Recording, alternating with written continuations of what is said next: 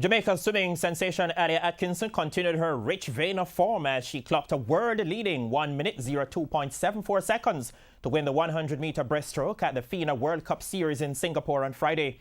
Another Jamaican, Brianna Roman, finished sixth in 1 minute 07.64 seconds. It was the first time that two Jamaicans had qualified for the final of a FINA event.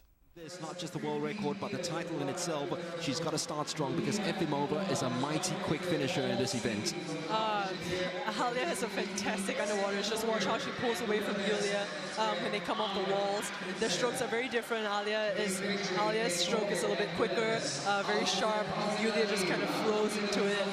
More of a 200 swimmer, but this is the 100. Alia's going to come up from the 50. Yulia comes down from the 200, and it could be anyone's race.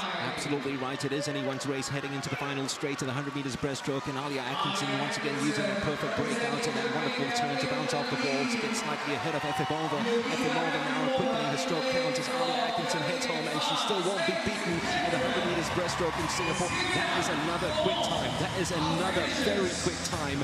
Wow. Alia Atkinson clocking 1:02.74 to win that ahead of Yulia Efimova, who finishes with a time of 1:03.58, and that was built from a mighty quick start. Atkinson's time was also just outside her own world record of 1 minute 02.36, while Roman had clocked a personal best 1 minute 07.55 seconds in the semifinals. Atkinson and Roman will be back in the pool on Saturday's third and final day of competition when they contest the semifinals of the 50-meter breaststroke.